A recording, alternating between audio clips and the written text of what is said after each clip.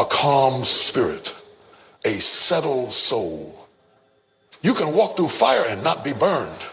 Some of y'all are losing sleep over battles that don't belong to you.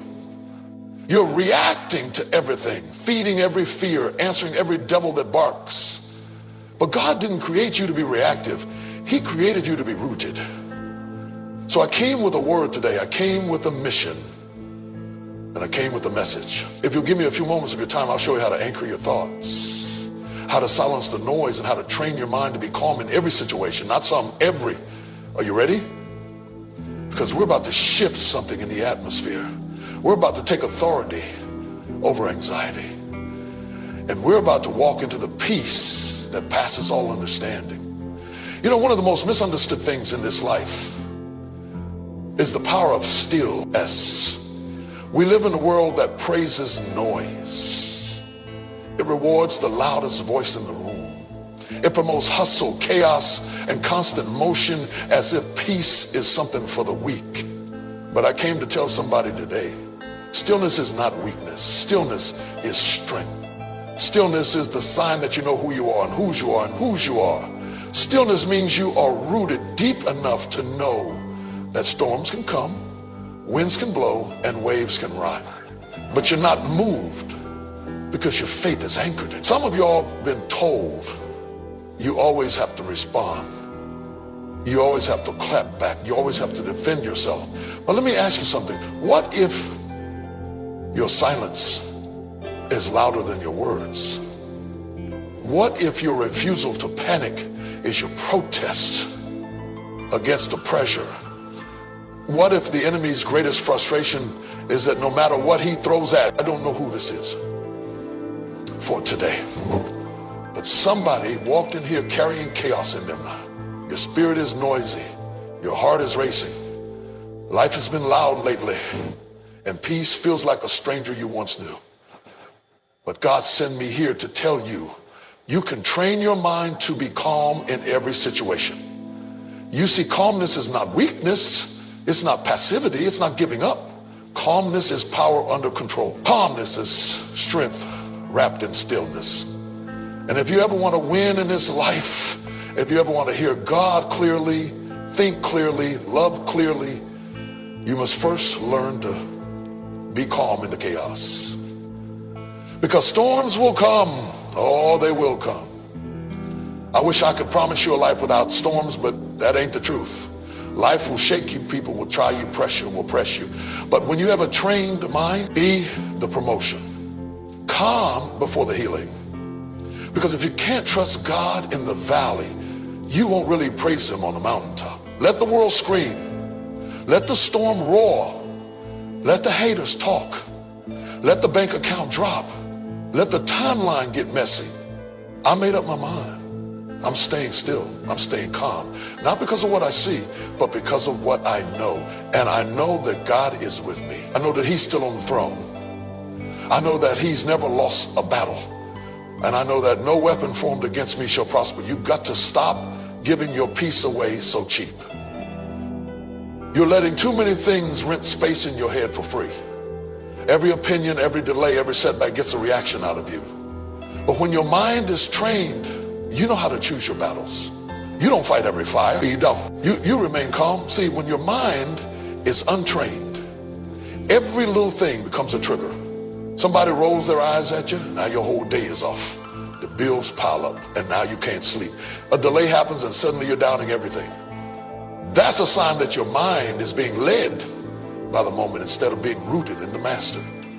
Because when your mind is trained, you don't let external situations determine your internal posture. Let me remind you, Jesus was asleep in the boat during the storm. The disciples were losing it. The wind was howling. The water was crashing. But Jesus, asleep, calm, at peace.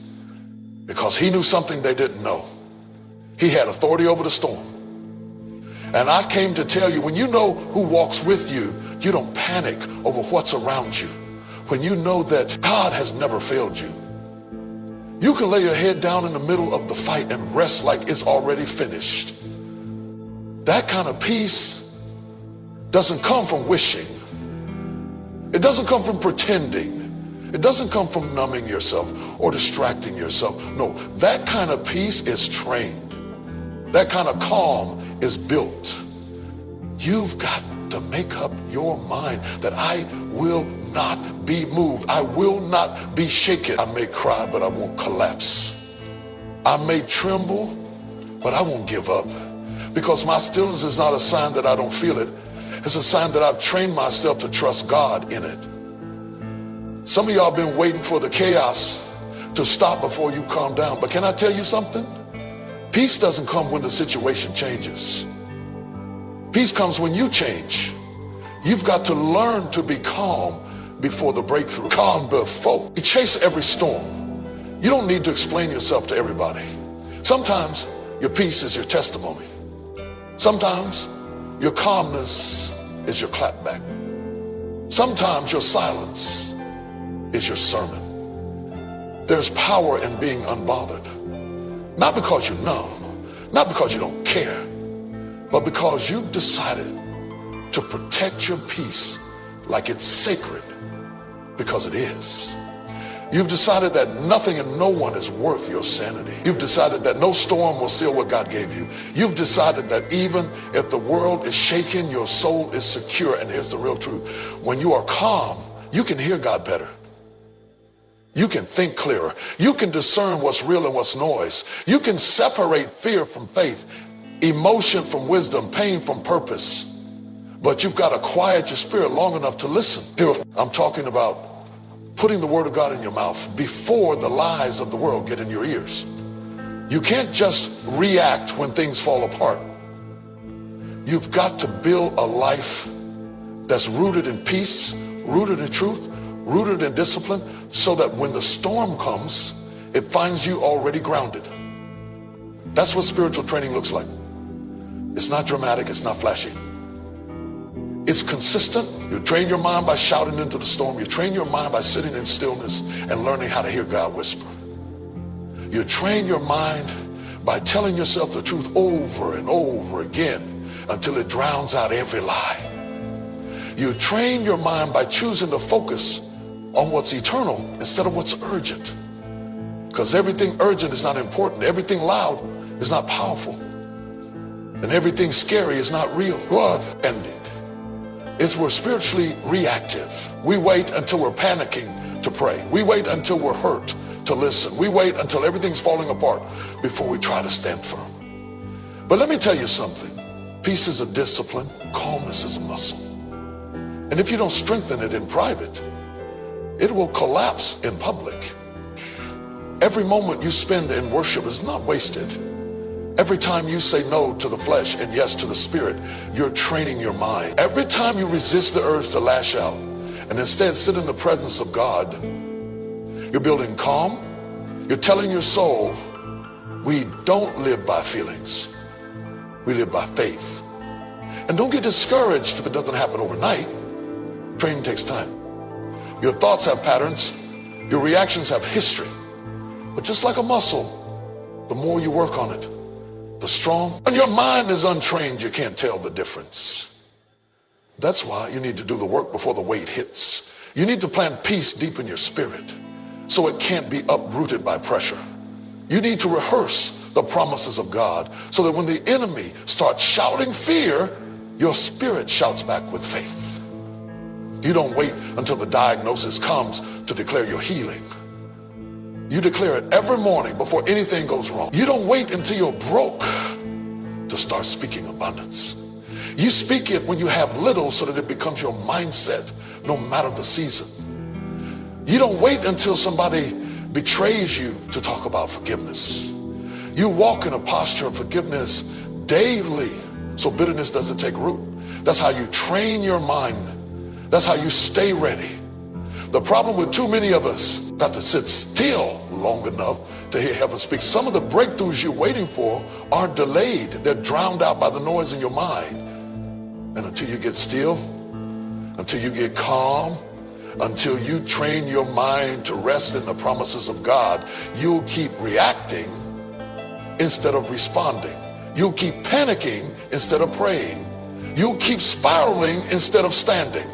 So today, We're flipping the script. We're rewiring our response. We're taking authority over anxiety, because this peace I have, the world didn't give it, and the world can't take it away. I'm not moved. I'm trained. You can't wait until the storm hits to start preparing your mind. You can't wait until life falls apart to try and build inner peace. That's like trying to learn how to swim while you're already drowning, if you want to be. In the middle of the fire, you've got to train before the flames ever come. You've got to work on your mind before the attack. You've got to develop discipline when everything's going right, so you'll have strength when everything goes wrong. See, preparation is not just physical. It's mental, emotional, and spiritual. It's what you do when nobody's watching. It's how you talk to yourself in the quiet moment. It's what you feed your spirit when life is still. Because the battlefield isn't out there. It's up here. The war is in your mind. And if you don't train your thoughts will train you. You have to build routines of peace before panic knocks on your door. I'm talking about prayer that isn't just reactive. It's daily. I'm talking about waking up and commanding your mind before the day commands you. It gets. Every day you wake up and choose peace, you're getting stronger.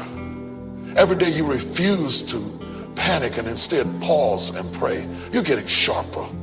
Every time you catch your thoughts trying to spiral and you say, no, I'm not going there today, you're reclaiming your mind. You're taking back control. And let me tell you, when your mind is trained, life hits different. You stop giving everything access. You stop panicking over every delay. You stop jumping into every argument. You stop looking for validation in places that once made you anxious. Because your calm doesn't come from circumstances, it comes from clarity. You know who you are. You know who God is. And you know that peace is not something you wait for. It's something you prepare for. There are going to be moments in your life when the world is spinning about your declarations. You've got to make it a habit to speak life, to speak faith, to speak peace until your spirit starts believing it, even on your worst days. What you meditate on will either heal you or haunt you. Some of us are emotionally stuck because we're mentally trapped. We keep circling around guilt, shame, what they did, what we lost, how we failed, and we wonder why peace keeps slipping through our fingers. But peace doesn't live in a tormented mind. Peace grows in a guarded mind, a renewed mind, a mind that's been surrendered to God.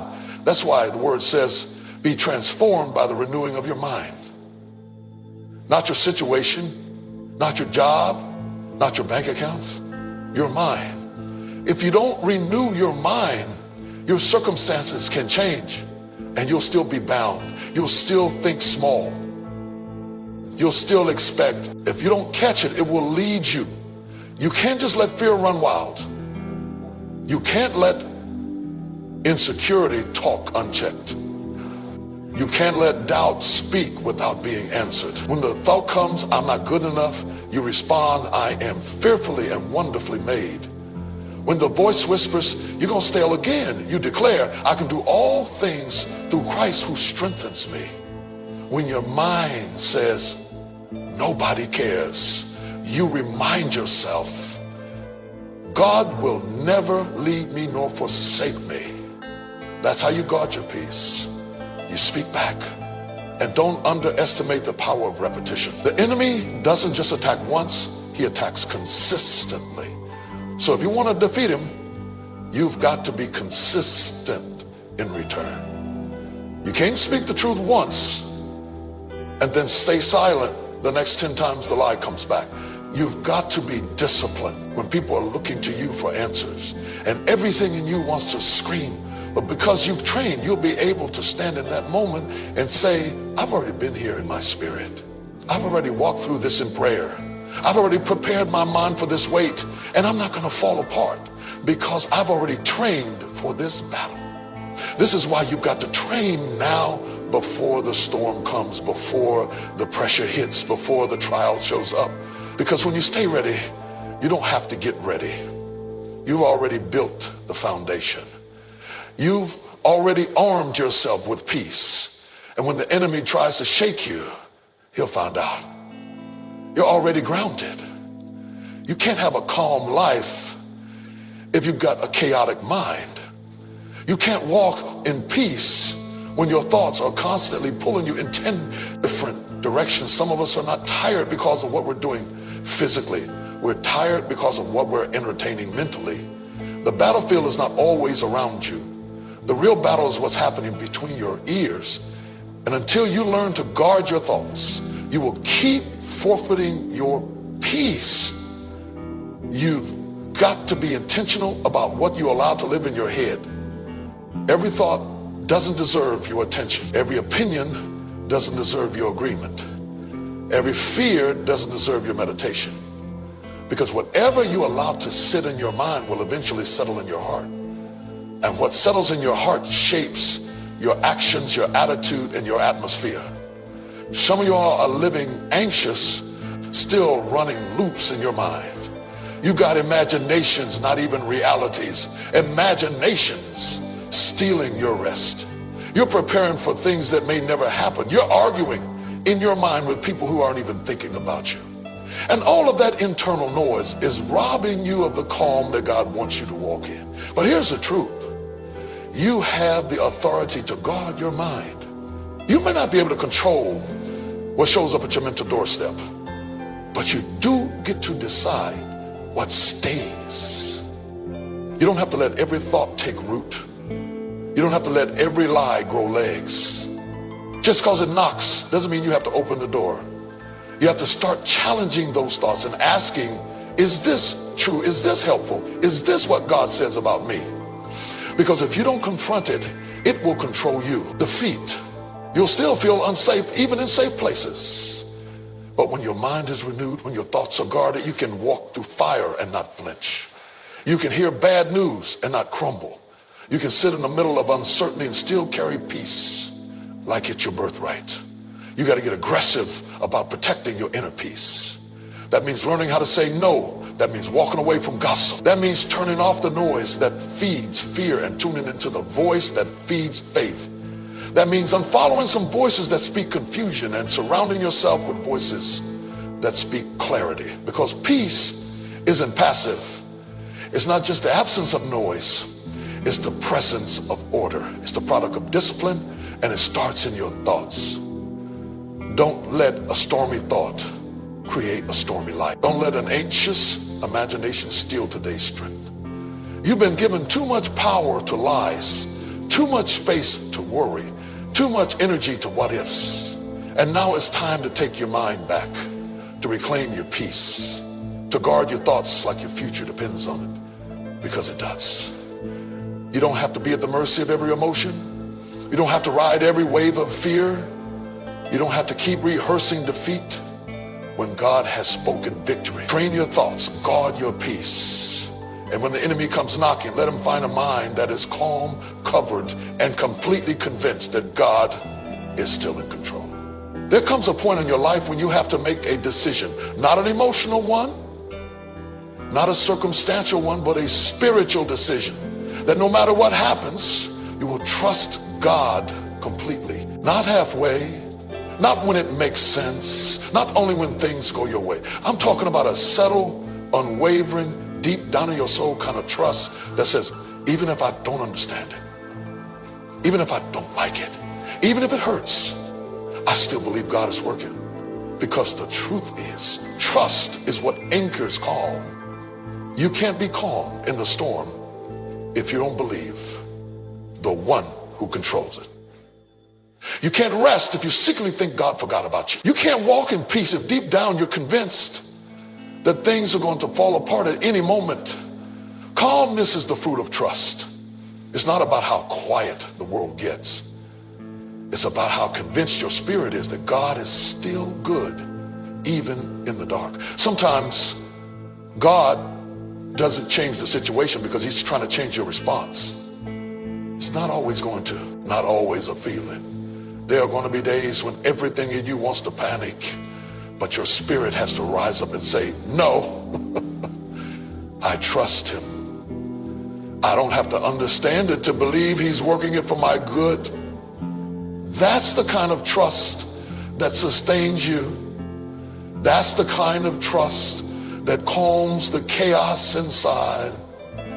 That's the kind of trust that gives you a supernatural kind of stillness, even when all hell is breaking loose around you. You can't say you trust God and still try to control everything. You can't say you trust him and then worry yourself sick trying to manipulate the outcome. Trust means you surrender the pen.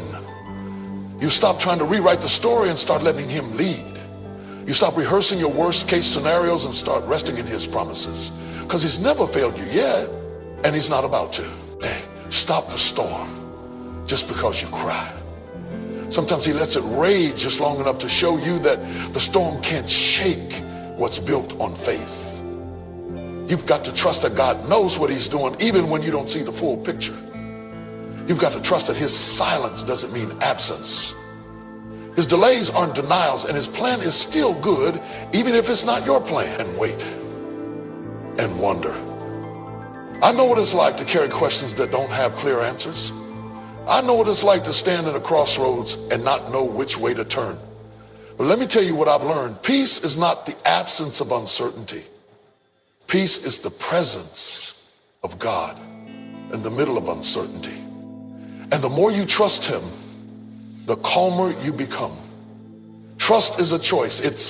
Some of us trust God for salvation, but not for provision. We trust him with eternity, but not with today.